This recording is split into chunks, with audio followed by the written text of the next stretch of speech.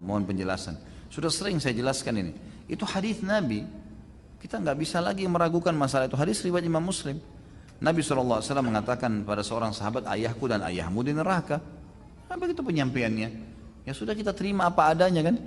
Kita tidak pernah bertemu dengan Nabi SAW, kita tidak pernah bertemu dengan ayahnya Abdullah, kita nggak tahu. Tapi Nabi SAW wajib kita imani kenabiannya. Dan beliau telah menyampaikan tentang ayahnya. Kalau kita sayang dengan ayah Nabi SAW, Nabi SAW lebih sayang kepada ayahnya daripada kita. Tapi Nabi yang sampaikan itu kan. Sekarang ada orang mengalihkan makna, mengatakan yang dimaksud dengan abi wa abuka finnar dalam hadis Muslim, ayahku dan ayahmu di neraka, itu bukan ayah, maksudnya itu adalah paman. Bagaimana bisa lafadz bahasa Arab jelas ayah diganti dengan paman? Ya, sulit sekali gitu kan. Nggak mungkin ini terjadi. Karena diambil dari perkataan juga bahwasanya Azar bukan ayahnya Ibrahim. Padahal ini pendapat yang syadz, yang ulama-ulama tafsir tidak pegang ini. Ya, itu. Yang dipegangnya memang kata ab itu adalah ayah. Di mana-mana begitu. Sudah jelas gitu kan maknanya. Judulnya Ayah Bunda Rasulullah Sallallahu Alaihi Wasallam. Benarkah mereka kafir dan musyrik? Hal walidan Nabi Sallallahu Alaihi Wasallam musyrikan? Soal, apakah ibu bapak Nabi itu musyrik? Mari kita lihat, kita bahas satu persatu. Pendapat ulama, ara'ul ulama tentang kekafiran ayah bunda Nabi Sallallahu Alaihi Wasallam. Apa kata ulama? Mari kita lihat. Yang pertama, Nasiruddin Al-Albani mengatakan ibu bapak Nabi kafir, musyrik, masuk neraka. Jadi Syekh Nasiruddin Al-Albani mengatakan bahwa walidun Nabi wa walidatuhu musyrikani yadkhulanin nar. Itu yang pertama.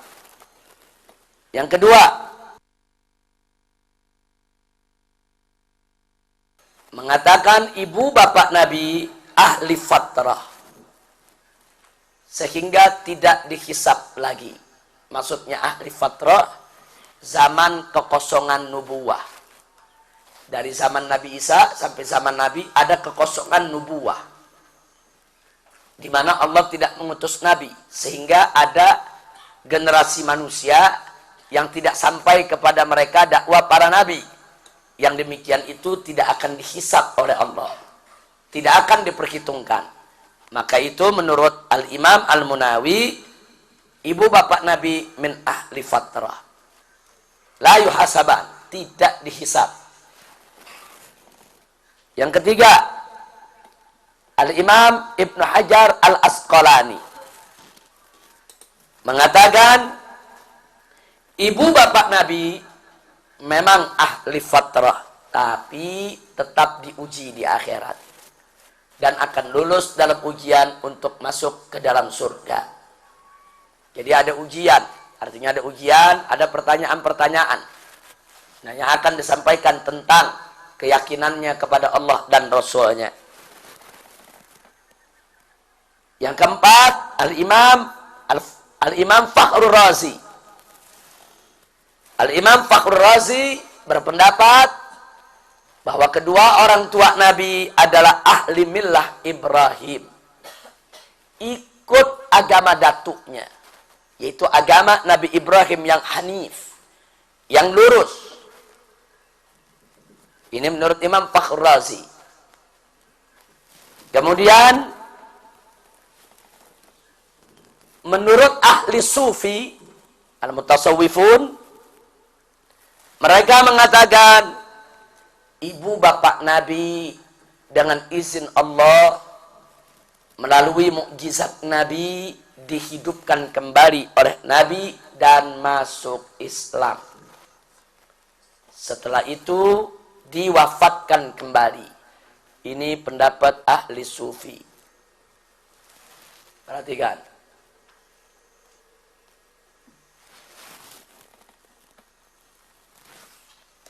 Kemudian ada pendapat As-Sakhawi, Al-Imam As-Sakhawi. Beliau mengatakan tawakuf, abstain, tutup mulut, jangan bicara tentang ibu bapak Nabi. Jadi nggak usah bicarakan dia Islam atau tidak Islam, tidak usah berdebat, serahkan saja kepada Allah. Itu pendapat Imam As-Sakhawi. Nah, sengaja saya ungkapkan ini semua supaya Anda tahu minimal bahwa tentang ibu bapak Nabi ulama belum sepakat. Jadi kalau sekarang ada dai-dai teriak di atas mimbar mengatakan sudah sepakat para ulama, ibu bapak Nabi masuk neraka. Dari mana kesepakatannya? Hat burhanakum in kuntum shadiqin. Tunjukkan kepada kita dalilnya. Mana buktinya ulama sepakat? Minimal, terlepas dari pendapat mana yang kita ikut, itu urusan lain. Mau ikut pendapat yang pertama, kedua, ketiga, yang jelas adanya perbedaan menunjukkan ulama tidak sepakat. Itu dulu yang harus kita garis bawahi. Selanjutnya, ini ada di dalam, siapa yang bawa bukunya? Ya, nomor berapa? Nah, paling akhir. Jadi kalau ada yang bawa bukunya paling akhir ada. Jadi Anda nggak perlu terlalu repot-repot untuk nyatet apa ada di buku. Nah, ada. Itu masuk materi kita. Baik. Kalau ada yang bawa buku, silakan buka. Yang nggak bawa buku, ya catat-catat sedikit. Tidak usah semua dicatat. Baik. Sekarang kita lihat Syekh Nasiruddin Al-Albani. Dalam kitab Silsilah Hadis Sahih, juz 1 halaman 297. Di sini juz 1 halaman 297 hadis ke 158 sampai 159 tentang jahiliyah bukan ahli fatrah menurut Nasiruddin Albani. Nah, di sini beliau mengatakan ayah bunda Nabi kafir dan musyrik serta masuk neraka. Dalilnya, perhatikan baik-baik. Ini Syekh Nasiruddin Albani, ini paling digandrungi oleh kaum salafi. Jadi kalau kaum salafi, wahabi di Indonesia, ini banyak menjadikan Albani sebagai rujukan. Jadi kalau mau tahu hadis ini sahih atau tidak sahih, biasanya Albani dijadikan rujukan. Sedangkan kami dari Asy'ariyah, dari Syafi'i, tidak menjadikan Albani sebagai rujukan. Saya ingatkan itu. Karena kalau Anda menjadikan Albani sebagai rujukan, hati-hati. Banyak sekali hadis-hadis dalam mazhab Syafi'i yang hampir semua didhaifkan oleh Albani. Bahkan ada yang dibid'ahkan aneka ragam daripada, yaitu amal, ibadah, atau pendapat yang ada di kalangan Ahlus Sunnah wal Jamaah. Jadi bagi mereka yang tidak tahu merasa, wah ini ulama hadis. Ini apa namanya, perlu jadi rujukan. Ya, kalau kalangan Wahabi Salafi menjadikan Albani sebagai rujukan. Tapi kalangan Aswaja, kalangan Asy'ari Syafi'i tidak menjadikan Albani sebagai rujukan. Itu sebagai catatan. Dengan tidak mengurangi rasa hormat kita kepada beliau sebagai seorang ulama hadis. Baik, sekarang mari kita lihat. Nasiruddin Albani di dalam kitab hadisnya tersebut mengemukakan dalil. Ma huwa dalil ala syirki walidin Nabi. Apa dalil kekafiran atau kesyirikan daripada ayah Nabi? Nah, beliau meriwayatkan satu hadis an Hamad ibn Salamah an Thabit an Anas radhiyallahu taala anhu anna rajulan qal. Jadi diceritakan dari Hamad bin Salamah yang didapat dari Thabit, yang didapat dari Anas. Anas ini sahabat Nabi. Anas mengatakan anna rajulan, bahwasanya ada seorang laki-laki qal, berkata kepada Nabi, ya Rasulullah, aina abi? Wahai Rasulullah, di mana ayahku? Qala sallallahu alaihi wasallam, maka Nabi pun menjawab, finnar, di dalam neraka. Jadi ada seorang laki-laki datang kepada Nabi nanya, ayahku di mana ya Rasulullah? Karena ayahnya meninggal dunia dan tidak masuk Islam. Di mana? Maka Nabi menjawab, dalam neraka. Kemudian falamma qafada'ahu faqal sallallahu alaihi wasallam, inna abi wa abaka finnar. Jadi ini orang begitu dijawab masuk neraka, mukanya berubah. Nah, begitu mukanya berubah, perkis dia mau jalan, dipanggil oleh Nabi. Nabi katakan, inna abi wa abaka finnar. Sesungguhnya ayahku dan ayahmu masuk dalam neraka.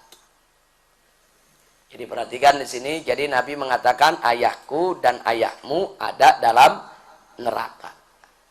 Ini dijadikan dalil dan ini ada dalam Sahih Muslim.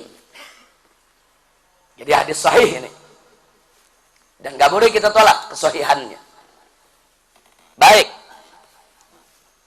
Yang kedua, dalil tentang kemusyrikan ibu Nabi sallallahu alaihi wasallam juga dalam Sahih Muslim. Diceritakan an Abi Hurairah radhiyallahu taala anhu marfu'an.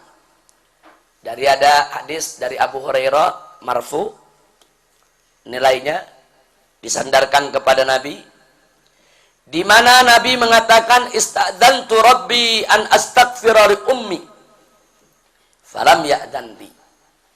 Artinya aku mohon izin kepada Tuhanku untuk memohonkan ampun untuk ibuku, tapi Allah tidak mengizinkanku. Wasta'dzantuhu an azura qabraha fa'adzina li. Dan akhirnya aku mohon izin kepada Allah untuk menziarahi kubur ibuku. Fa'adzina li.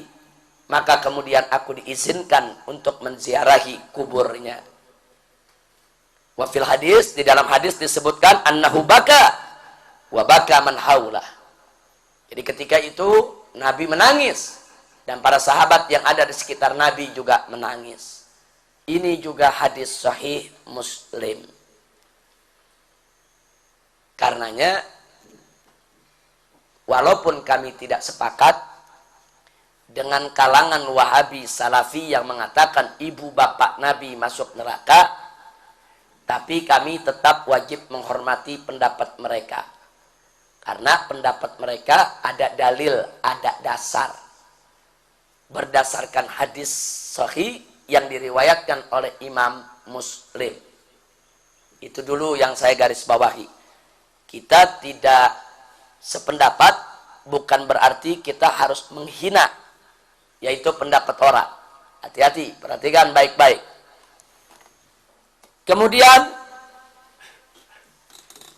yang bisa dijadikan rujukan tentang persoalan ini, yang dijadikan rujukan oleh Syekh Nasiruddin Albani adalah pendapat An-Nawawi, kemudian Al-Abadi, Ibrahim Al-Halabi, dan Mulla Ali Qari. Inilah 4 ulama yang dijadikan rujukan oleh Albani bahwa pendapatnya itu sejalan dengan ulama-ulama tadi. Nah, jadi ulama-ulama ini Imam Nawawi, Al-Abadi, Ibrahim Al-Halabi, Mulla Ali Qari, menurut Albani mengikuti pendapat mereka. Nah, inilah yang disampaikan oleh Nasiruddin Albani, dan inilah dalil yang dipegang oleh kalangan Wahabi Salafi bahwa ibu bapak Nabi musyrik masuk neraka. Ini dalilnya. Baik, sekarang kita masuk. Ada sedikit catatan. Belakangan Mulla Ali Qari raja an ra'yih. Mulla Ali Qari yang semula berpendapat ibu bapak Nabi masuk neraka, kemudian dia tarik pendapatnya. Itu sebagai catatan. Jadi kalau sudah dia tarik pendapatnya, mestinya Albani tidak boleh lagi menjadikan pendapatnya sebagai rujukan. Karena dia sudah membatalkan untuk pendapat yang mengatakan ibu bapak Nabi dalam keadaan musyrik. Untuk Nawawi nanti ada babnya. Baik. Sekarang mari kita lihat Al-Imam As-Suyuti. Imam besar dalam mazhab Imam Syafi'i. Nah, ini termasuk yang menulis daripada kitab tafsir Jalalain. Dan kitab-kitabnya banyak sekali. Karangan Al-Imam As-Suyuti. Termasuk Al-Itqan fi Ulumil Quran. Yang Ulumul Qurannya kita pelajari, itu ringkasan daripada Al-Itqan. Karangan Imam Suyuti. Mari kita lihat Imam Suyuti. Al-Imam As-Suyuti mengarang sebuah kitab. Judulnya Masalikul Hunafa fi Walidayil Mustafa. Masalikul Hunafa, jalannya orang-orang yang lurus tentang kedua orang tua Al-Mustafa. Ini judul kitabnya. Nah, sekarang mari kita lihat apa kesimpulan Imam Suyuti. Beliau mengatakan ayah bunda Nabi sallallahu alaihi wasallam min ahli fatrah.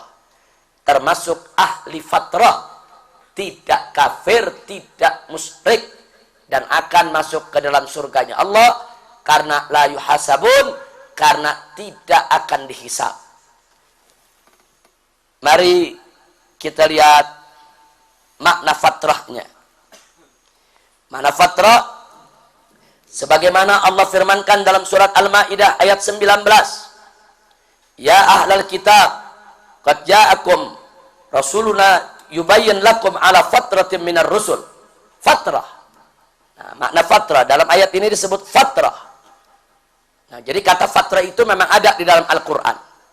Nah, kemudian dalam menjelaskan ayat tadi, Salman Al-Farisi pernah menyampaikan fatratun baina Isa wa Muhammad sittumi as-sana.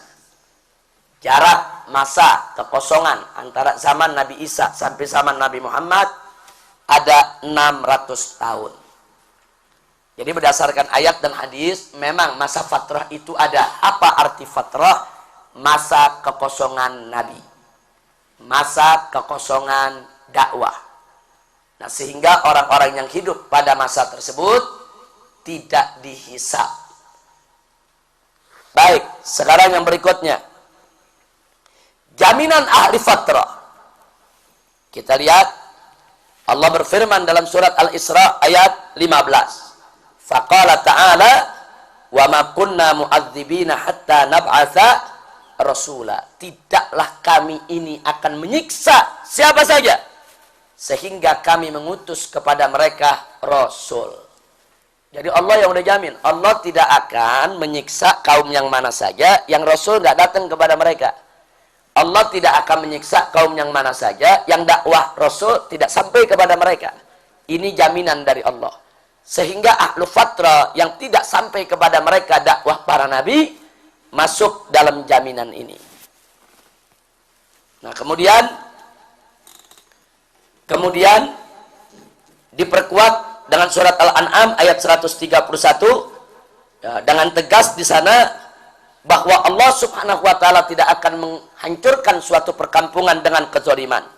Dzalika anna lam yakun rabbuk muhlikil qura bidzulmin. Tidak mungkin Allah itu menghancurkan satu perkampungan dengan kezaliman. Enggak mungkin. Nah, artinya enggak mungkin di sini berarti satu perkampungan hanya akan dihancurkan oleh Allah ketika mereka diberikan peringatan, enggak ngerti. Ketika mereka dikasih tahu, enggak mau tahu, membangkang, baru Allah siksa mereka. Tapi kalau dakwah enggak pernah sampai, mereka enggak pernah tahu, Allah jamin mereka tidak akan dihancurkan. Nah, kemudian soal bagaimana jahiliyah ahli fatrah. Kita lihat. Di sini Allah menyatakan dalam surat Saba ayat 44, faqala ta'ala wa ma arsalna ilaihim qablaka min nazir. Jadi kalau ada yang nanya, mana buktinya? Masyarakat jahiliyah di zaman Nabi, waktu Nabi belum diutus menjadi Rasul, mereka itu termasuk ahli fatrah yang dakwah Nabi tidak sampai kepada mereka. Buktinya mana? Ini dalilnya. Allah mengatakan wa ma arsalna ilaihim, tidaklah kami mengutus kepada mereka qablaka, sebelum engkau ya Muhammad, min nadhir, dari orang yang memberikan peringatan. Jadi Allah sendiri kasih tahu Nabi, sebelum kamu itu masyarakat Arab jahiliyah, aku nggak pernah utus kepada mereka nabi untuk memberikan peringatan kepada mereka. Berarti kalau mereka nggak pernah diberi peringatan, tadi Allah udah jamin, yang nggak diberi peringatan disiksa tidak? Tidak. Nah, ini jaminannya. Nah, kemudian selain itu firman Allah dalam surat As-Sajdah ayat 3, di mana Allah menyatakan litunzira qauman ma atahum min nadhirin min qablik la'allahum yahtadun. Engkau ini diutus ya Muhammad litunzira qauman, untuk kau berikan peringatan kepada kaum ma'atahum min nadhir, yang belum pernah datang seorang nabi kepada mereka, min qablik, sebelum kamu, la'allahum yahtadun, agar mereka mendapatkan petunjuk. Jadi ayat-ayat ini lengkap sudah diuraikan oleh Imam Suyuti bahwa satu, ahli fatrah itu tidak disiksa oleh Allah. Dua, dalil bahwa masyarakat Arab jahiliyah termasuk ahli fatrah. Kenapa? Karena Allah yang menyatakan Allah tidak pernah kirim nabi kepada mereka. Kalau Allah tidak pernah kirim nabi kepada mereka, berarti mereka ahli fatrah. Kalau mereka ahli fatrah, berarti mereka tidak dihisab oleh Allah Subhanahu wa ta'ala. Nah, inilah uraian pertama dari Imam Suyuti. Kita belum masuk menjawab hadis-hadis tadi. Kita baru bicara tentang fatrah dulu. Nah, sekarang mari kita lihat tanggapan terhadap hadis kekafiran ayah bunda Nabi. Kaifa narud ala fahmi lil hadisin.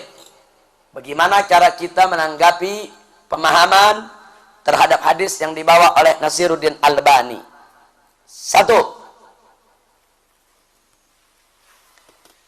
Satu, hadis yang disampaikan oleh Nasiruddin Albani walaupun itu riwayat Muslim, satu, nilai hadisnya ahad. Itu dicatat dulu. Berarti kalau ahad qat'i atau zonni? Zonni. Tidak qat'i. Itu dulu yang kita berikan catatan. Kedua, bertentangan dengan Al-Quran.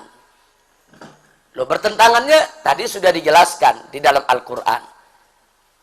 Nabi diutus kepada kaum yang belum pernah diutus seorang nabi pun kepada mereka. Allah yang menyatakan dalam Al-Quran. Satu. Dan Allah menyatakan dalam Al-Quran bahwa Allah tidak akan mengazab satu kaum yang Allah tidak pernah kirim nabi kepada mereka. Itu yang kedua. Ini ayat Al-Quran. Nah, kemudian yang ketiga,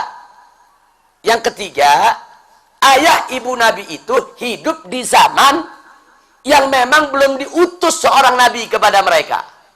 Berarti kalau berdasarkan ayat tadi, mestinya ibu dan bapak nabi nggak boleh diazab pada Allah karena belum ada nabi yang diutus kepada mereka. Itu ayat Al-Quran.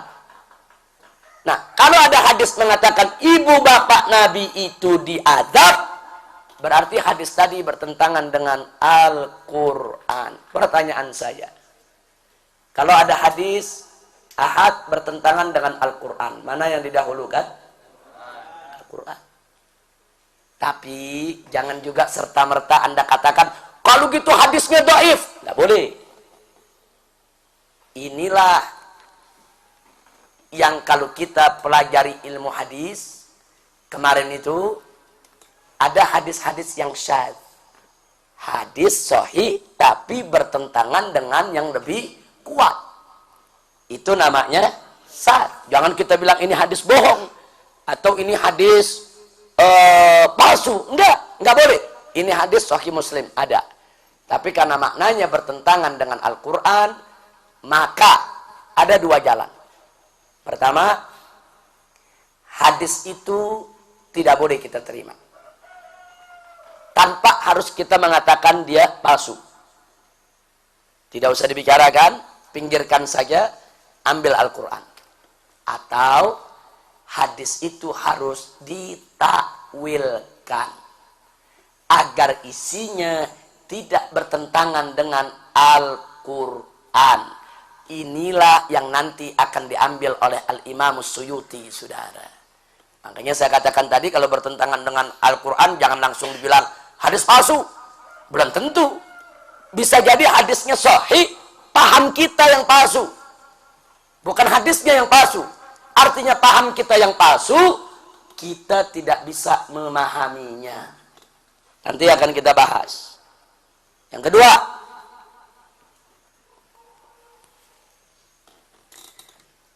boleh ditolak dengan alasan syadz. Saya udah jelaskan waktu belajar ilmu hadis apa yang dimaksud syadz. Sahih tapi bertentangan dengan yang lebih kuat. Bukan dia bukan dia palsu, bukan. Benar itu hadis. Tapi karena bertentangan yang lebih kuat disebut syadz. Syadz itu artinya dia bertentangan dengan yang lebih kuat. Nyeleweng. 3. Boleh diterima asal ditakwil. Karena dia hadis ahad dan bertentangan dengan Al-Quran, boleh kita tolak, sebut aja itu syadz, atau boleh kita terima asal ditakwil. 4. Ada kaidah mata tara al-ihtimal saqat al-istidlal. Ini kaidah. Jadi kalau masuk suatu kemungkinan dalam suatu hadis, maka gugurlah berdalil dengan hadis tersebut, saudara. Jadi kalau ada ihtimal, istidlalnya gugur. Nah, inilah nanti yang akan kita takwilkan. Begitu ada takwil lain, maka itu nggak boleh dijadikan dalil tentang kekafiran ayah ibu Nabi. Nanti akan kita lihat takwilnya. Qala Suyuti fil Hawi lil Fatawa.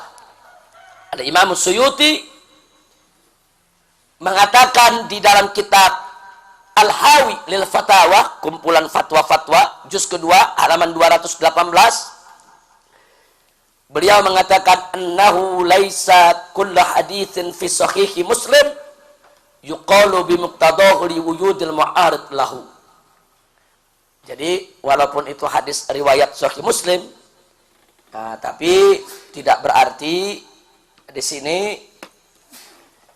hadis sahih Muslim itu harus selalu kita pakai manakala bertentangan dengan yang lebih kuat, walaupun itu hadis riwayat Muslim. Kalau bertentangan dengan Al-Quran, bertentangan dengan yang lebih kuat, maka harus kita dudukkan pada tempatnya, tidak boleh sembarangan untuk kita memaknai. Nah, kemudian yang menarik, Al-Imam Nawawi yang tadi katanya Nasiruddin Albani ikut-ikutan mengatakan ibu bapak Nabi masuk neraka. Tapi ada yang menarik, Imam Nawawi punya kaidah di dalam kitab Al-Majmu' Syarhul Muhadzab. Imam Nawawi mengatakan, mata khalafa khabarul ahad nassal Qur'an au ijma'an wajabat tarku zahiri. Ini kaidahnya Imam Nawawi. Artinya, manakala suatu hadis ahad bertentangan dengan nas Al-Quran atau bertentangan dengan ijma', harus ditinggalkan makna zahirnya. Tidak boleh dimaknai secara zahir. Saya mau tanya, berarti kalau kita ikut kaidah Imam Nawawi, berarti hadis tadi kan bertentangan dengan Al-Quran. Boleh gak dimaknai zahirnya? Gak boleh. Makna zahirnya ibu bapak Nabi masuk neraka. Itu makna zahir. Tapi kalau dimaknai zahir bertentangan dengan Al-Quran, maka kata Imam Nawawi di sini, wajabat tarku zahiri, wajib untuk meninggalkan makna zahirnya. Nah, oleh karenanya, andai kata betul nukilan Nasiruddin Albani bahwa Imam Nawawi berpendapat ibu bapak Nabi masuk neraka dengan hadis tadi, andai kata betul, maka berarti Imam Nawawi bertentangan dengan kaidahnya sendiri. Nah, ini biasanya kalau di kalangan ulama-ulama secerdas Imam Nawawi, dia nggak bakal keluar dari metodologinya. Maka itu kami meyakini bahwa Imam Nawawi tidak akan melanggar metodenya sendiri. Itu yang pertama. Andai kata pun ada nukilan Imam Nawawi pernah mengatakan begitu, mungkin itu pendapat lamanya, bukan pendapat barunya. Sebagaimana tadi Mullah Ali Qari pertama mengatakan masuk neraka, ditarik itu pendapat. Dengan ada metode ini, berarti Imam Nawawi tidak boleh lagi dikatakan mengambil zahir hadis tadi. Jadi itu pendapat lama. Setelah ada metode tadi, maka pendapat itu harus dibuang karena bertentangan dengan metodenya sendiri, saudara. Ulama-ulama sekelas Imam Nawawi tidak akan melanggar daripada metode yang sudah diikutinya di dalam menggali hukum. Alhamdulillahirabbil alamin. Nah, sekarang mari kita bicara langsung ke hadisnya. Hadis kekafiran ayahanda Nabi. Tadi sudah kita baca. Ini hadisnya. Bahwa ada orang nanya kepada Nabi, ayahku di mana? Nabi menjawab, di neraka. Nah, kemudian orang tadi berubah mukanya pas mau jalan, Nabi stop, Nabi katakan kepada dia, kepada orang tadi, ayahmu dan ayahku di neraka. Ini riwayat Muslim, ini hadis yang tadi. Bagaimana cara menjawab hadis ini? Mari kita lihat. Ada hadis lain, an Ibrahim an Zuhri, an Amir ibn Sa'ad an Abi Waqqas an Abi radhiyallahu taala anhu, anna a'rabiyan qala li Rasulillah sallallahu alaihi wasallam, aina abi? Qala sallallahu alaihi wasallam, finnar. Qala fa aina abuk? Faqala sallallahu alaihi wasallam, haitsuma mararta bi qabrin kafirin fabashshirhu bin nar. Rawahul Bazzar wa Tabrani wal Baihaqi wa mithluhu an Ma'mar bin Thabit an Anas radhiyallahu taala anhu. Jadi ada hadis lain diriwayatkan yang bersumber dari Az-Zuhri, imam ahli hadis. Diceritakan ada seorang Arab pedusunan bertanya kepada Nabi, aina abi? Di mana ayahku? Nabi menjawab, finnar, dalam neraka. Si Arab ini langsung bertanya nih, Arab pedusunan, kalau ayahku masuk neraka, ayahmu bagaimana? Langsung ditanya kepada Nabi, ayahmu? Jawaban Nabi, haitsuma mararta bi qabrin kafir fabashshirhu binnar. Jika kamu berjalan melalui kuburan seorang kafir, kasih kabar kepada ahli kubur tadi bahwa dia akan masuk neraka. Jadi nggak ada tuh jawaban ayahmu dan ayahku masuk neraka. Dalam hadis ini tidak ada jawaban itu. Hadis ini diriwayatkan oleh Al-Bazzar, At-Tabrani dan Al-Baihaqi yang bersumber dari Sa'ad bin Abi Waqqas. Dan nggak sampai di situ. Ternyata hadis serupa yang bersumber dari Ma'mar ibn Thabit itu sumbernya Anas. Hadis riwayat Muslim tadi sumbernya siapa? Anas. Jadi dalam riwayat Muslim, hadis Anas menyebutkan Nabi mengatakan, begitu ada yang tanya, di mana ayahmu, wahai Rasulullah? Nabi menjawab, ayahku dan ayahmu di neraka. Hadis ini dalam riwayat Muslim bersumber dari Anas. Ternyata ada hadis serupa bersumber dari Anas. Tidak ada kata-kata ayahmu dan ayahku masuk neraka. Tidak ada. Jadi hati-hati nih. Ini kalau ada hadis nih, ada sekian banyak hadis. Yang lain nggak nyebut soal ayahku dan ayahmu di neraka. Ada satu hadis sendirian nyebut. Kemarin kita udah belajar ilmu hadis. Apa namanya tuh? Hah? Itu namanya syad. Itu namanya syaz. Dia lain sendiri. Yang lain gadang cerita, dia punya cerita sendiri. Ini namanya syad. Kenapa? Karena banyak riwayat-riwayat lain yang meriwayatkan kejadian yang sama, tidak ada yang cerita tentang ucapan Nabi tadi. Perhatikan baik-baik, saya ulangi. Satu riwayat mengatakan, Ada orang datang kepada Nabi nanya, ayahku di mana? Nabi jawab, ayahmu di neraka. Orang tadi berubah mukanya, sedih. Begitu mau jalan, Nabi panggil. Tanpa ditanya, Nabi panggil. Nabi katakan, ayahmu dan ayahku masuk neraka. Itu riwayat Muslim. Satu-satunya riwayat. Ada riwayat lain, riwayat Bazzar, Tobroni, Baihaqi, riwayat lain yang bersumber dari Sa'ad ibn Abi Waqqas dan juga dari Anas juga. Isinya, ada seorang Arab pedusunan datang kepada Nabi, tanya, di mana ayahku? Ayahmu masuk neraka. Kemudian si Arab pedusunan ini bertanya lagi, kalau ayahmu, maksudnya kalau ayah Nabi di mana? Nabi menjawab, jika kamu melalui kubur seorang kafir, kasih kabar kepada penghuni kubur bahwa dia masuk neraka. Itu jawaban Nabi. Nabi tidak menjawab ayahmu dan ayahku masuk neraka. Berarti ini satu riwayat lain sendiri. Sementara riwayat yang lain tidak ada yang menyebutkan itu.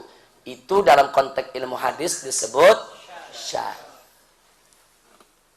Nah, sekarang mari. Ada riwayat lagi, kita perhatikan. An Ibrahim ibn Sa'ad an Zuhri an Salim an Abi. Kalau tadi bersumber dari Anas dan Sa'ad ibn Abi Waqqas. Sekarang dari Salim. Ja'a Arabi ilan Nabi. Ada seorang Arab datang kepada Nabi. Faqal berkata, ya Rasulullah, inna abi kana yasilur rahim. Wa kan fa'aina huwa.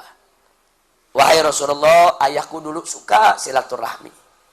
Sekarang dia udah nggak ada. Ada di mana dia ya Rasulullah? Nabi menjawab, finnar. Ada dalam neraka. Nah, kemudian qal faka'annahu jida min dzalik. Jadi kelihatannya orang tadi begitu dengar tadi berubah mukanya. Kecewa betul. Nah, kemudian dia bertanya kepada Nabi, ya Rasulullah, fa aina abu? Wahai Rasulullah, kalau begitu ayahmu sendiri di mana? Maka Nabi menjawab, haitsu ma mararta bi qabrin kafir fabasyirhu bin nar. Kalau kamu melalui kuburan seorang kafir, kasih kabar kepada penghuni kubur tersebut bahwa dia masuk neraka. Ini riwayat Ibn Majah. Nah, kemudian bisa kita lihat kesimpulannya, hadis riwayat Muslim yang mengatakan, yang Nabi mengatakan ayahku dan ayahmu ada dalam neraka, bertentangan dengan hadis serupa yang lebih kuat. Tadi bertentangan dengan Al-Quran, sekarang bertentangan dengan hadis yang lebih kuat. Berarti sasnya makin kuat. Sudah bertentangan dengan Al-Quran, bertentangan dengan hadis yang lebih kuat. Baik. Sekarang untuk menjawab itu, perhatikan baik-baik. Kenapa kita katakan bertentangan dengan Al-Quran? Tadi sudah ada ayat tentang fatrah. Sekarang kita lihat ayat yang lain. Surat Asy-Syura ayat 219. Allah Subhanahu wa taala berfirman dalam Al-Qur'anul Karim, "Wa taqallubaka fis sajidin." Jadi Allah mengatakan kepada Nabi, "Wa taqallubaka fis sajidin." Hei Muhammad, perpindahanmu, taqallub, perpindahan dari sulbi ke sulbi. Dari Nabi Adam ke sulbi anaknya, ke anaknya, ke anaknya, ke anaknya, sampai lahir Nabi. Itu disebut taqallubaka. Perpindahanmu dari sulbi ke sulbi itu terjadi fis sajidin, di antara orang-orang yang sujud. Saya mau tanya, pengertian sujud kafir tidak? Musyrik tidak? Ini jaminan Allah. Allah jamin kepada Nabi, perpindahanmu ini ya Muhammad dari sulbi ke sulbi, mulai dari Adam sampai kepada ayahmu, itu terjadi dalam tulang sulbi orang-orang yang tidak kafir. Ayat ini memberikan jaminan bahwa ayah Nabi tidak kafir, kakek Nabi tidak kafir, bapaknya kakek Nabi tidak kafir, kakeknya kakek Nabi tidak kafir, datuknya kakek dari kakeknya Nabi tidak kafir, sampai kepada Nabi Ismail alaihissalam. Karena Nabi kita turunan Nabi Ismail. Ismail tidak kafir. Ismail seorang Nabi. Ismail putra daripada Ibrahim. Ibrahim juga tidak kafir. Karena Ibrahim seorang Nabi. Ibrahim punya ayah tidak kafir. Yang disebutkan dalam Al-Quran Azar. Saya sudah jelaskan kemarin. Azar bukan ayah Ibrahim. Tapi paman Nabi Ibrahim yang memelihara Ibrahim. Sehingga sudah dianggap seperti ayah sendiri. Sedangkan ayah Nabi Ibrahim bukan Azar. Berdasarkan ayat ini, ayah Nabi Ibrahim bukan penyembah berhala. Begitu juga kakeknya Nabi Ibrahim. Kakek dari kakeknya. Dan seterusnya sampai Nabi Nuh alaihissalam. Kakek moyangnya semua adalah tidak kafir. Dan dari Nabi Nuh sampai kepada Nabi Adam. Dari kakek-kakek Nabi kita tidak kafir. Kenapa kita bisa memastikan tidak kafir? Karena ada jaminan dari Allah subhanahu wa ta'ala. Kalau tidak ada jaminan dari Allah, kita tidak berani mengatakan tidak kafir. Nah, karena itu mari kita lihat. Dalam satu hadis yang bersumber dari Ibn Abbas, yang datang dari Nabi alaihi salatu wassalam, menjelaskan ayat tadi. Apa Nabi bilang? Lam yazalillah yankuluni minal aslabit tayyibah ilal arhamit tahirah. Perhatikan baik-baik di sini. Perhatikan baik-baik di sini. Nabi mengatakan lam yazarillah. Allah itu senantiasa yankuluni, memindahkan aku minal aslabit tayyibah, dari sulbi yang bagus ilal arhamit tahirah, ke dalam rahim-rahim yang suci. Subhanallah. Ternyata bukan bapaknya saja yang tidak kafir. Jadi dari sulbi Adam masuk ke rahim Hawa. Rahim yang suci. Punya anak lelaki, nanti punya istri. Dari sulbinya, dari anak Adam yang datuknya Nabi, dari sulbinya spermanya masuk lagi ke rahim. Nah, jadi nur cahaya kita punya Nabi dari Nabi Adam, sulbi pindah ke rahim Hawa, pindah lagi ke sulbi, yaitu anaknya Adam, pindah lagi ke rahim istrinya, pindah lagi ke sulbi anaknya, pindah lagi ke rahim istri yang berikutnya, pindah lagi ke sulbi anaknya. Nabi yang mengatakan bahwa Allah senantiasa memindahkan aku minal aslabit thayyibah, dari sulbi-sulbi yang bagus, ilal arhamit tahirah, ke rahim-rahim yang suci. Ini menjadi jaminan musaffan muhadzabah. Musaffan muhadzabah. Betul-betul disucikan. Dijaga. Dijaga. Sampai dikatakan, la tasa'ab su'batan illa kuntu fi khairiha. Tidak terjadi dua golongan dari keturunan Adam, kecuali aku ada di pihak yang terbaik. Ini hadis Nabi. Kita bisa lihat diriwayatkan oleh Abu Nuaim dalam kitab Dalailun Nubuwah. Nah, kemudian Nabi juga pernah mengatakan dalam perang Hunain, apa kata Nabi? Anan nabiyyu la kadzib, ana ibnu Abdul Muttalib. Saya mau tanya, apa boleh kita bangga dengan orang kafir? Boleh tidak? Nggak boleh. Ini Nabi bikin waktu perang Hunain, Nabi mengatakan, ana nabiyyun la kadzib. Aku Nabi, bukan pendusta. Anak ibnu Abdul Muttalib. Aku adalah cucunya Abdul Muttalib. Bangga betul Nabi menyebut dirinya cucu Abdul Muttalib. Apa harus dibanggakan kalau Abdul Muttalib kafir, saudara? Mustahil Nabi membanggakan Abdul Muttalib kalau Abdul Muttalib itu kafir, musyrik, penyembah berhala. Nabi tidak akan pernah membanggakan orang kafir. Kalau Nabi sudah bangga, aku bangga dari cucunya Abdul Muttalib, berarti Abdul Muttalib tidak kafir, saudara. Karena kalau Abdul Muttalib kafir, Nabi nggak bakal banggain kakeknya. Nabi nggak bakal bangga jadi cucunya Abdul Muttalib, saudara. Nah, ini menjadi dalil-dalil di mana jangan sembarangan mengatakan ayah bunda Nabi itu kafir. Nah, sekarang kita lanjutkan. Ada lagi riwayat an Wa'ilah ibn Asqa, di mana Rasulullah mengatakan, Innallaha astafa min waladi Ibrahim Ismail, wastafa min waladi Ismail Bani Kinanah, Wastafa min bani Kinana Quraisyan. Wastafa min Quraisy Bani Hashim. Wastafani min Bani Hashim. Rawahu Muslim. Ini ada dalam Sahih Muslim. Dan ada juga dalam Jami'ut Tirmidzi. Sampai dalam hadis lain Nabi mengatakan ana min khiyarin ila khiyarin. Diriwayatkan oleh Imam Tabrani, Al-Baihaqi, Abu Nuaim, an Ibni Umar radhiyallahu taala anhu. Perhatikan baik-baik. Nabi mengatakan Allah memilih dari anak Nabi Ibrahim Ismail. Nabi Ibrahim punya anak, ada Ismail, ada Ishak. Mana yang dipilih Allah untuk jadi datuknya Nabi Muhammad? Ismail.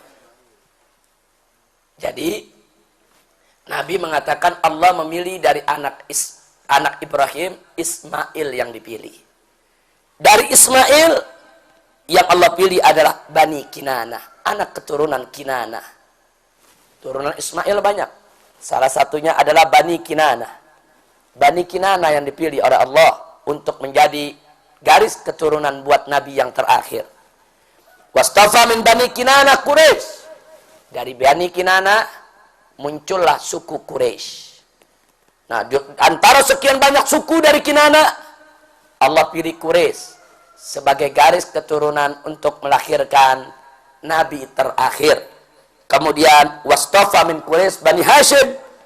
Dan dari Quraisy banyak ini, ada Bani Hashim, ada Bani Matlabi dan lain sebagainya. Yang Allah pilih adalah Bani Hashim. Kemudian dari Bani Hashim kata Nabi, wastafani min Bani Hashim. Dan Allah pilih aku dari Bani Hashim. Makanya dalam hadis yang lain Nabi mengatakan ana min khiyarin ila khiyarin. Aku ini keturunan dari pilihan ke pilihan ke pilihan sampai aku yang dipilih paling terakhir. Jadi Nabi adalah manusia pilihan, dari suku pilihan, dari bangsa pilihan, dari keturunan pilihan, sampai kepada Nabi Adam alaihissalam. Saya mau tanya, kalau sukunya, kalau bapak Nabi disebut kafir, kakek Nabi disebut kafir, memang kafir itu bisa jadi pilihan? Kalau Nabi udah katakan, aku adalah pilihan, dari pilihan, dari pilihan, dari pilihan, sampai ke Nabi Adam, berarti di turunan Adam ada yang dipilih oleh Allah untuk menjadi kakek moyangnya Nabi. Dipilih, dia harus tetap beriman. Dipilih lagi, dia harus dijaga imannya. Dipilih lagi, tetap Allah jaga imannya. Sampai lahir kita punya Nabi alaihissalatu wassalam. Nabi terakhir ini enggak sembarangan. Bukan keturunannya tidak jelas. Keturunannya harus jelas, imannya juga harus jelas, kesuciannya juga harus jelas. Dan itu dijamin oleh Allah subhanahu wa ta'ala. Baik, yang berikutnya diriwayatkan oleh Imam Bazzar, juga bersumber dari Ibn Abbas. Disebutkan oleh Ibn Abbas, dakhala nasun min Quraisy ala Safiyah binti Abdul Muttalib. Jadi ada serombongan dari bangsa Quraisy datang menemui Safiyah binti Abdul Muttalib. Safiyah itu adalah bibinya Nabi. Safiyah binti Abdul Muttalib ini saudaranya Abdullah, ayah Nabi. Kemudian faja'alu yatafakharu wa yadhkuruna al-jahiliyah. Kemudian mereka-mereka ini mulailah saling membangga-banggakan di antara suku tadi. Jadi Quraisy ini datang dengan bangga-banggaan suku, bangga-banggaan keluarga. Nah, kemudian faqalat Safiyah. Kemudian Safiyah mengatakan kepada orang-orang tadi, minna Rasulullah. Artinya kalian boleh banggain tuh. Semua keturunan kalian, keluarga kalian, besarnya daripada suku kalian. Tapi jangan lupa, kata Sofia, minna Rasulullah. Dari keluarga kami datang Rasulullah yang diutus oleh Allah subhanahu wa ta'ala. Kemudian, faqalu, maka berkatalah orang-orang Quraisy tadi, tambutun nakhlah aw syajarah fil ard, fil ardil quba, fadzakarat dzalika Sofia li Rasulullah sallallahu alaihi wasallam faqadiba. Jadi dikatakan bahwa yang namanya nakhlah itu pohon korma, nah, itu numbuhnya di tanah yang tandus. Jadi dia mau hina, Muhammad itu numbuh tuh di tanah yang tandus dari keturunan yang nggak seberapa Quraisynya. Kemudian yang demikian itu dilaporkan oleh Safiyah kepada Nabi Muhammad sallallahu alaihi wasallam. Kemudian Nabi amara Bilalan. Nabi memerintahkan Bilal. Nah, kemudian fanada finnas. Faqama 'alal mimbar. Jadi Bilal diperintahkan oleh Nabi kumpulin masyarakat, suruh kumpul semua. Nabi mau bicara. Nah, begitu sudah kumpul, Nabi naik mimbar. Apa beliau katakan? Ayuhan nas. Masyarakat yang kumpul, sebutkan man ana, siapa aku? Kata Nabi. Maka mereka mengatakan, anta Rasulullah. Engkau adalah Rasulullah. Kemudian Nabi mengatakan, insibuni. Unsubuni. Sebutkan nasabku. Kata Nabi. Kemudian mereka mengatakan, Muhammad ibnu Abdullah ibnu Abdul Muttalib. Muhammad putra Abdullah dan putra Abdul Muttalib. Kemudian apa kata Nabi? Itu dijawab oleh mereka rame-rame. Kemudian Nabi mengatakan depan mereka, fama balu aqwamin. Nah, di sini dikatakan, fama balu aqwamin yunazziluna asli. Fa wallahi inni la afdaluhum aslan wa khairuhum mawdi'an. Ada urusan apa itu? Ada satu golongan yang coba-coba merendahkan asal usulku, kata Nabi. Nabi tegur. Siapa itu mereka yang ingin merendahkan asal usulku, kata Nabi. Demi Allah, fa wallahi, demi Allah, ini sesungguhnya aku la afdaluhum aslan, adalah yang punya asal usul terbaik di antara mereka. Wa khairuhum mawdi'an, dan aku punya kedudukan yang terbaik di antara mereka. Ini hadis jelas. Asal usul Nabi yang terbaik di antara seluruh asal usul umat manusia. Asal usul dikatakan terbaik kalau dia beriman kepada Allah. Tidak ada kebaikan kalau asal usul itu kafir, ya ikhwan. Nah, inilah yang diuraikan oleh Al-Imam Suyuti dalam kitab Masalikul Hunafa. Diuraikan satu-satu oleh Imam Suyuti. Jadi Imam Suyuti ini ingin menekankan, jangan sembarangan memahami hadis. Mentang-mentang di hadis ada yang mengatakan ayahku dalam neraka, langsung aja dikatakan ayah Nabi masuk neraka. Tunggu dulu. Ada ayat Al-Quran yang menjamin mereka bukan kafir. Ada hadis-hadis lain yang menjamin mereka bukan kafir. Kenapa harus tunduk hanya kepada sebuah hadis yang bertentangan dengan Al-Quran dan bertentangan dengan hadis lain yang lebih banyak? Nggak boleh kita tunduk hanya kepada satu hadis dengan kita menentang Al-Quran atau menentang hadis yang lebih kuat dan lebih banyak. Dan ini yang ingin disampaikan oleh Al-Imam Suyuti. Nah, karena itu mari kita lihat masih dalam kitab Masalikul Hunafa. Akhirnya Imam Suyuti mengatakan, wa minal ma'lum annal fakhra bil intisab ilal aba'il kuffar haram walan yaf'alahu Nabi sallallahu alaihi wasallam. Jadi ulama sepakat bangga dengan nasab kepada kakek-kakek yang kafir hukumnya haram. Mana mungkin Nabi melakukan yang haram? Kalau Nabi bangga, ana Muhammad ibnu Abdullah ibnu Abdul Muttalib, Nabi banggakan ayah, Nabi banggakan kakeknya, berarti ayah dan kakeknya bukan orang kafir. Karena kalau bapak dan kakeknya kafir, Nabi nggak boleh membanggakan nasabnya orang kafir, saudara. Ini ucapan Imam Nawawi yang kita ambil. Yang berikutnya, Imam Nawawi mengatakan, wa minal ma'lum annal khairiyah wal istifa wal ikhtiyar minallah wal afdaliyah indah la takunu ma'asyirik. Dan di sini dikatakan, dan juga ulama sepakat bahwa yang namanya pilihan, terpilih, terafdol, terbaik di sisi Allah tidak mungkin ada bersama kemusyrikan. Jadi kalau ada musyrik, nggak mungkin jadi yang terbaik, nggak mungkin jadi pilihan.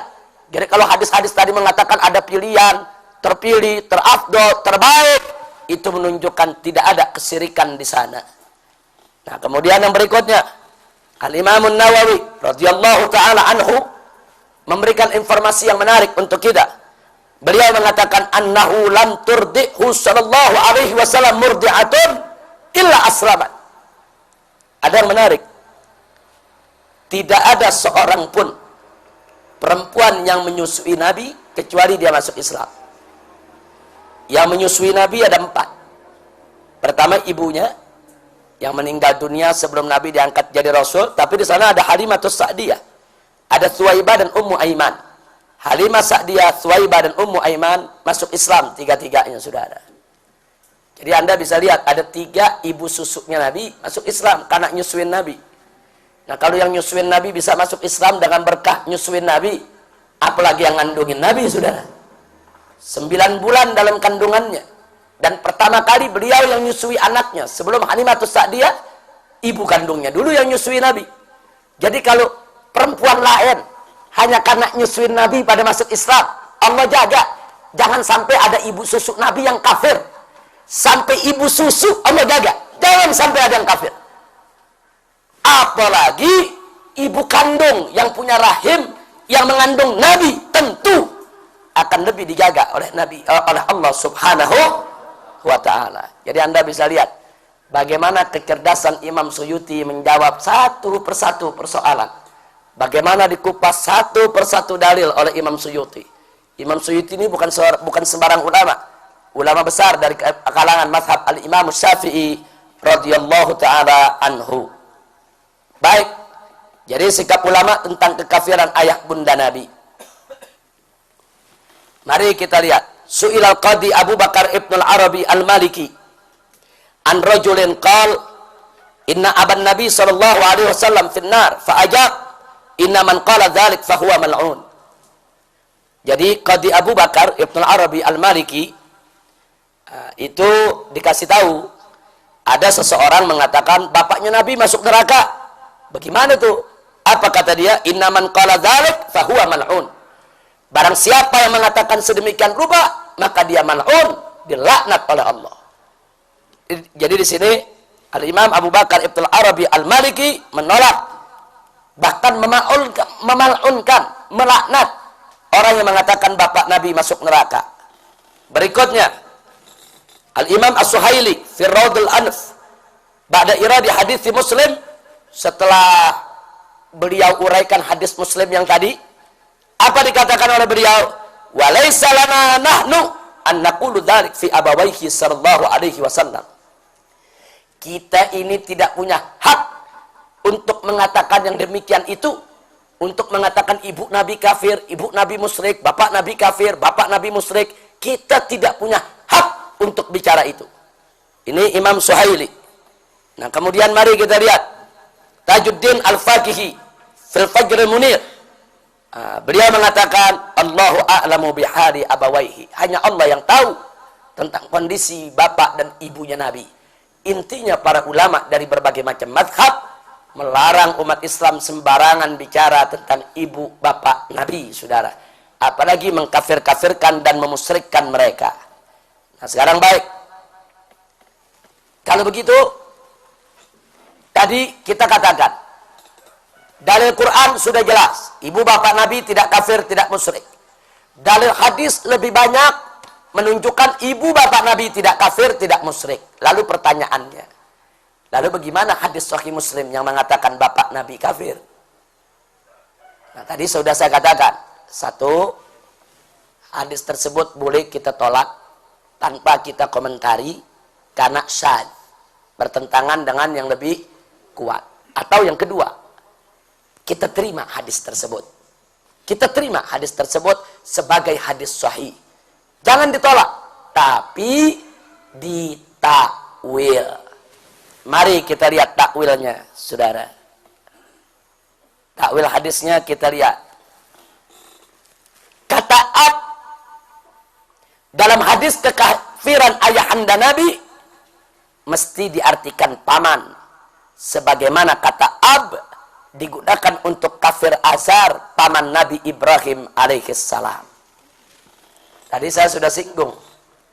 Azar itu pamannya Nabi Ibrahim. Tapi dalam Al-Quran disebut apa? Ab. Nah, ternyata dalam bahasa Arab, ab itu boleh artinya bapak, kadang-kadang artinya bisa paman. Makna hakikinya bapak, makna majazinya paman.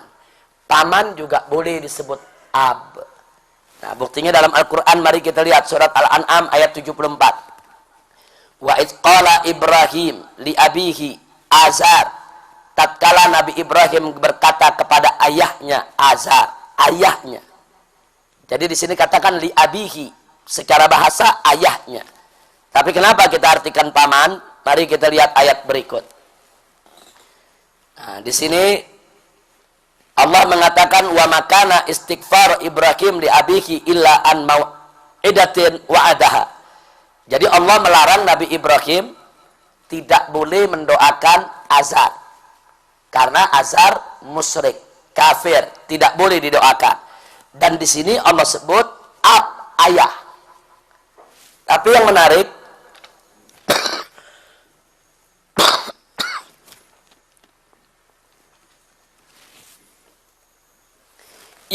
dalam surat Ibrahim ayat 41, setelah Azar meninggal, bahkan Nabi Ibrahim udah punya keturunan. Nabi Ibrahim baca doanya begini, perhatikan dalam surat Ibrahim. Rabbana gfirli wali walidayya walil mu'minin yauma yaqum hisab. Rabbana gfirli, wahai Tuhan kami, ampunilah aku. Wali walidayya, apa arti wali walidayya? Kedua orang tua. Siapa kedua orang tua? Ibu bapak. Pertanyaan saya, kalau ibu bapak Nabi Ibrahim kafir, apa boleh Nabi Ibrahim baca doa ini? Tidak boleh. Ini sekarang Nabi Ibrahim baca ini doa ini. Azarnya udah meninggal. Nabi Ibrahim udah punya anak, ada Ismail, ada Ishak. Nabi Ibrahim baca ini doa.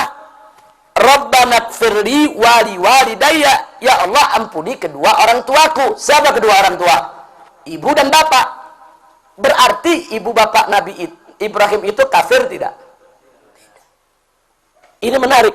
Di surat Al-An'am dan di surat At-Taubah, Allah menyebut bapaknya Nabi Ibrahim yang bernama Azar kafir. Tapi di dalam surat Ibrahim ayat 41, Allah menceritakan Nabi Ibrahim berdoa buat ibu dan bapaknya. Saya tanya, apa mungkin Al-Quran kontradiksi? Apa mungkin Al-Quran bertentangan? Jadi dalam surat Ibrahim, yang Nabi Ibrahim berdoa untuk ibu bapaknya, itulah ibu bapak Nabi Ibrahim yang tidak kafir, Muslim. Sehingga mereka, Allah tidak larang Nabi Ibrahim untuk baca doa ini. Tapi yang dalam surat Al-An'am dan At-Taubah, Azar itu bukan bapaknya Nabi Ibrahim, orang kafir. Dia paman. Karena dia merawat Nabi Ibrahim sejak kecil, maka dia disebut ab. Berarti kata ab dalam Al-Quran terkadang berarti ayah, terkadang berarti paman. Kira-kira jelas tidak? Nah, karena itulah hadis tadi dalam takwilnya satu, tadi dalam ini jangan ini berarti tadi dalam takwilnya berarti kata ab di situ, andai kata hadis tadi kita terima. Waktu Nabi mengatakan ayahku dan ayahmu masuk neraka, yang dimaksud ayahku adalah pamanku. Paman Nabi yang masuk neraka ada Abu Lahab. Abu Lahab ahli nar. Jadi Nabi mengatakan ayahku dan ayahmu masuk neraka. Ayahku, pamanku Abu Lahab, ayahmu. Nah, itu artinya ayah. Yang di sini arti paman, di sini arti ayah. Dan itu sangat memungkinkan di dalam penggunaan bahasa Arab. Nah, kenapa Nabi mengatakan begitu? Untuk menghibur orang tadi. Tadi mukanya udah berubah. Begitu dibilang ayahnya masuk neraka. Kenapa ayahnya masuk neraka? Karena ayahnya nggak masuk Islam. Sedangkan Nabi, ayahnya sudah meninggal dunia sebelum Nabi diangkat menjadi Rasul. Untuk menghibur orang tadi, ayahku dan ayahmu masuk neraka. Baru dia tenang. Baru dia jalan. Oh, kenapa aku mesti sedih? Nabi aja begitu juga nasibnya. Nah, jadi ini dakwah supaya tidak dia bermuram durja. Tapi bukan berarti ayah kandung Nabi yang masuk neraka. Penggunaannya tidak tepat. Kalau tidak kita takwilkan begitu, maka hadis tadi bertentangan dengan Al-Quran. Tapi kalau sudah ditakwilkan, bertentangan tidak dengan Al-Quran. Sejalan. Itulah thariqah Ahlus Sunnah wal Jamaah. Nah, sekarang bagaimana soal ibu Nabi? Itu kita udah bicara panjang lebar soal ayah Nabi.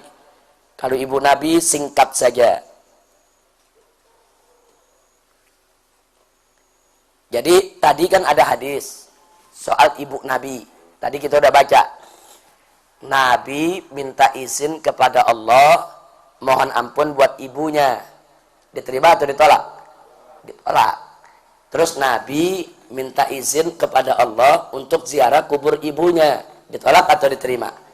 Diterima. Itu bunyi hadisnya. Riwayat Muslim. Nah, di sini jawabannya tidak sulit. Perhatikan baik-baik. Pertama, Allah menolak permohonan ampun untuk ibunda Nabi bukan karena beliau kafir atau musyrik, tapi justru karena beliau termasuk ahli fatrah yang tanpa dosa. Jadi dalam hadis tadi nggak ada sebutan ibu Nabi kafir, nggak ada. Dalam hadis cuma disebut Nabi minta izin kepada Allah, ista'dzantu rabbi, aku minta izin kepada Allah an astaghfira li ummi, untuk mohon ampun buat ibuku. Fa'aba, Allah tolak. Fasta'dzantuhu, dan aku minta izin kepada Allah an azura qabraha, untuk ziarah kuburnya. Fa'adzinari, dan aku diizinkan. Itu bunyi hadis. Saya tanya, dalam hadis ada gak disebutkan ibu Nabi kafir? Nggak ada. Ada gak disebutkan ibu Nabi musyrik? Nggak ada. Ada gak disebutkan ibu Nabi dalam neraka? Nggak ada. Ini lebih gampang takwilnya, saudara. Kalau tadi lebih sulit karena disebut abi wa abuk finnar, ayahku dan ayahmu dalam neraka. Perlu penjelasan. Kalau ini simple. Kalau Nabi mohon ampun untuk orang tuanya, Allah tolak. Bukan berarti ibunya kafir. Tunggu dulu. Kenapa ditolak? Sebab ibunya ahli fatrah. Ahli fatrah ada dosa gak? Nggak ada. Jadi kalau nggak ada dosa, ada yang perlu diampuni? Nggak ada. Makanya ditolak. Aku mohon ampun kepada Allah. Aku mohon izin kepada Allah untuk mohon ampun buat ibuku. Allah tolak. Kenapa Allah tolak? Karena ibunya nggak ada dosa. Ibunya ahli fatrah. Ibunya bukan orang kafir. Kira-kira jelas tidak? Nah, itu yang perlu ditekankan. Yang kedua, lalu kenapa minta izin kubur? Justru ini yang menarik. Nabi minta izin ziarah kubur ibunya. Allah izinkan. Itu bukti. Justru ibunya bukan kafir. Karena ziarah orang kafir nggak boleh. Nah, jadi di sini Nabi minta izin ziarah ibundanya bukan karena si ibunda kafir. Bukan. Karena ketika itu ziarah kubur nggak boleh. Ziarah kubur siapapun nggak boleh. Ini pertama. Nah, karena itu Nabi minta izin. Boleh nggak ziarah kubur ke ibunya? Allah izinkan. Setelah Allah izinkan, hukum ziarah kubur tidak haram lagi. Nabi mengatakan dalam satu hadis, kuntu nahaitukum an ziyaratil kubur, al-an ala fazuruha. Dulu aku larang kalian ziarah kubur, tapi sekarang silakan kalian ziarah kubur. Jadi ketika peristiwa ini terjadi, ziarah kubur memang nggak boleh. Nabi minta izin, diizinkan. Itu satu. Masih dalam hal yang sama. Andai kata, saya mau tanya, ziarah kubur orang Islam nggak boleh. Setelah itu diizinkan oleh Allah. Pertanyaan saya, yang diizinkan Allah ziarah kubur orang Islam atau orang kafir? Orang Islam. Allah nggak izinkan ziarah kubur orang kafir. Ziarah kubur orang Islam. Dulu ziarah kubur orang kafir dan ziarah kubur orang Islam dua-duanya haram. Nggak boleh. Belakangan ziarah kubur orang kafir tetap haram sampai kiamat. Ziarah kubur orang Islam boleh. Kira-kira jelas tidak? Nah, sekarang saya mau tanya. Nabi minta izin sama Allah ziarah kubur ibunya. Diizinin. Berarti ibu Nabi kafir bukan? Kalau ibu Nabi kafir diizinin enggak? Justru itulah yang ingin kita sampaikan di poin ketiga. Allah mengizinkan ziarah kubur ibunda Nabi menjadi dalil kuat bahwa sang ibunda bukan kafir atau musyrik. Karena ziarah kubur orang kafir hukumnya haram. Nah, ini takwil untuk hadis yang ibunda Nabi. Jadi jangan sembarangan baca zahirnya, Oh, doain nggak boleh, berarti ibu Nabi kafir. Oh, pakai minta izin ziarah kubur, berarti ibu Nabi itu kafir, nggak boleh diziarahin. Jadi diizinin untuk ziarah.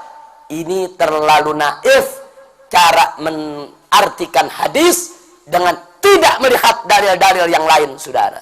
Jadi untuk bisa memahami hadis tersebut, kita wajib berpegang juga kepada dalil-dalil yang lainnya. Kira-kira sampai di sini jelas tidak? Alhamdulillahirabbil alamin. Anda bisa baca surat At-Taubah ayat 84. Tegas Allah mengatakan, la tusalli ala hadim minhum mata abadan wa la taqum ala qabrihi innahum kafaru billahi wa rasulih wa matu wa hum fasiqun. Jadi Allah katakan, jangan kamu sholati orang-orang kafir yang mati itu, dan jangan kamu berdiri di atas kuburannya. Tidak boleh. Ini ayat berlaku sampai hari ini dan sampai hari kiamat. Tidak boleh ziarah kubur orang kafir. Lalu kalau Nabi diizinkan oleh Allah ziarah ke kubur ibunya, itu bukti kalau ibunya bukan kafir. Ibunya muslim. Kalau ditanya, lo kenapa ziarah kubur ibu? Pakai nanya. Sebab waktu itu ziarah kubur nggak boleh. Baik yang muslim maupun yang kafir. Justru Nabi minta izin, setelah diizinkan boleh, akhirnya umatnya jadi boleh untuk ziarah kubur semua orang Islam. Nah itulah yang dijawab oleh Al-Imam Suyuti yang saya sampaikan di tempat ini. Nah, kemudian ada pertanyaan. Kenapa ada ahli fatra tapi disiksa? Ada sejumlah hadis menyebutkan bahwa sejumlah orang ahli fatra masuk neraka. Seperti Amr ibn Luhai, Umrul Qis, Hatim At-Ta'i. Nah, mereka-mereka ini ahli fatra semua. Kenapa ada hadis kok menyebutkan mereka masuk neraka? Nah, pertanyaan yang pertama, jawaban yang pertama, semua hadis ahad sehingga tidak boleh bertentangan dengan hadis qat'i. Jadi ada ulama yang menolak riwayat tersebut. Jadi riwayat yang menyebutkan orang-orang ini ahli fatra tapi disiksa, sebagian ulama mengatakan tolak saja semua riwayatnya karena ahad dan bertentangan dengan nas qat'i Quran. Nasihat kedua diterima. Nah, tapi khusus yang berkenaan dalam para perubah agama atau yang ada kemungkinan sebab khusus. Kenapa Amr ibn Lu'ay itu disebut masuk neraka? Walaupun dia ahli fatra, tapi kesalahan dia besar. Dia yang menciptakan berhala-berhala. Dia yang pertama kali menyebabkan bangsa Arab menyembah berhala. Wajar kalau dia secara khusus disebut masuk neraka. Walaupun sebetulnya dia ahli fatra. Nah, tapi nggak bisa didapatkan keberkahan ahli fatra. Kenapa? Karena dia yang menyebabkan bangsa Arab menyembah berhala. Artinya ada sebab khusus. Itu yang kedua. Atau yang ketiga, ditakwil. Nah, bagaimana takwilnya? Sehingga tidak bertentangan dengan nas qat'i Al-Quran. Jadi kalau ada sejumlah ahli fatra yang dikabarkan masuk neraka, periksa dulu jalan hidupnya. Mungkin dia pernah mendapatkan dakwah Nabi sebentar, tapi nggak masuk Islam, kemudian dia meninggal, maka dia tetap divonis sebagai orang yang masuk neraka. Nah, inilah takwil untuk ahli fatra yang disampaikan oleh Al-Imam Suyuti. Kesimpulan, satu, mayoritas ahlus sunnah meyakini bahwa ayah bunda Nabi adalah ahli fatra. Dua, sebagian ahlus sunnah meyakini bahwa ayah bunda Nabi adalah mukmin. Ketiga, umumnya Wahabi Salafi meyakini bahwa ayah bunda Nabi adalah kafir dan masuk neraka. Empat, sebagian ahlus sunnah menahan diri tentang ayah bunda Nabi, tidak mau membicarakannya. Maka terlepas dari perbedaan pendapat, mereka yang mengkafirkan ayah bunda Nabi harus tahu diri di tengah mayoritas ahlus sunnah untuk mencegah konflik dan menjaga ukhuwah. Artinya, Wahabi Salafi mau mengatakan ibu bapak Nabi masuk neraka, itu hak mereka untuk berpendapat. Itu hak mereka untuk memahami hadis yang sampai kepada mereka. Tapi mereka mesti tahu diri. Ini negara Indonesia, negara Ahlus Sunnah wal Jamaah, mayoritas bermadhabkan Asy'ari. yang punya pendapat ibu bapak Nabi tidak kafir. Anak-anak Indonesia semenjak kecil di TPA diajarkan menghormati ibu bapak Nabi. Ibu bapak Nabi itu bukan kafir. Tahu-tahu sekarang muncul dai-dai Wahabi Salafi di atas mimbar, di TV, di radio teriak-teriak. Di khutbah Jumat teriak-teriak, ibu bapak Nabi kafir, ibu bapak Nabi musyrik. Coba lihat, walaupun ibu sendiri kalau kafir tetap kafir. Walaupun ibu Nabi kalau nggak dapat hidayah dari Allah tetap masuk neraka. Saya tanya, kira-kira kalau ceramah-ceramah macam itu provokatif tidak? Provokatif. Kira-kira yang punya pendapat ibu bapak Nabi tidak kafir akan marah tidak? Akan marah. Jadi konflik tidak? Jadi konflik. Mereka mesti tahu diri. Nah, kalau Wahabi-Wahabi tadi mau ceramah di Saudi, silakan. Emang negerinya. Kalau di Saudi di tiap masjid dia mau teriak, ibu bapak Nabi kafir, ibu bapak Nabi musyrik, sesuai hadis Muslim, silakan. Di negeri mereka nggak ada yang protes, sepahat. Tapi di Indonesia bicara begitu di atas mimbar, itu mengundang konflik. Berarti mereka tidak tahu diri, sok pinter, sok suci sendiri, sok merasa pendapatnya sudah paling benar. Inna lillahi wa inna ilaihi raji'un. Kira-kira jelas tidak? Nah, jadi sikap ulama ini 4 sudah kita sampaikan. Jadi kalau besok Anda ketemu orang ada yang mengkafirkan ibu bapak Nabi, Anda tidak perlu kaget. Mereka punya dalil. Kita hormati itu pendapat, tapi bukan berarti kita ikut. Nah, kalau dia mencoba untuk memasukkan pendapat itu ke kalangan kita, kita jawab dengan jawaban-jawaban ini. Nah, jadi jangan mereka merasa benar sendiri, pahamnya paling benar. Nah, ternyata kalangan Ahlus Sunnah tidak berpendapat seperti mereka. Nah, makanya yang saya sesalkan bukan Wahabi. Ada ustadz-ustadz Ahlus Sunnah, bukan Wahabi, ikut-ikutan. Khutbah Jumat teriak, saudara-saudara, hidayah itu dari Allah. Walaupun keluarga Nabi sendiri, kalau tidak dapat hidayah, tidak akan masuk surga. Pasti akan masuk neraka. Contohnya adalah ibu bapak Nabi sendiri yang tidak masuk Islam, yang mereka adalah musyrik. Apa? Orang ini terpengaruh dengan pemikiran Wahabi Salafi tanpa dia sadar. Dia pikir ini pendapat Ahlus Sunnah. Ternyata itu bukan pendapat Ahlus Sunnah. Nah, jadi tolong hati-hati. Pendapat itu banyak menyebar karena mereka ceramah di TV, di radio, mereka bikin selebaran.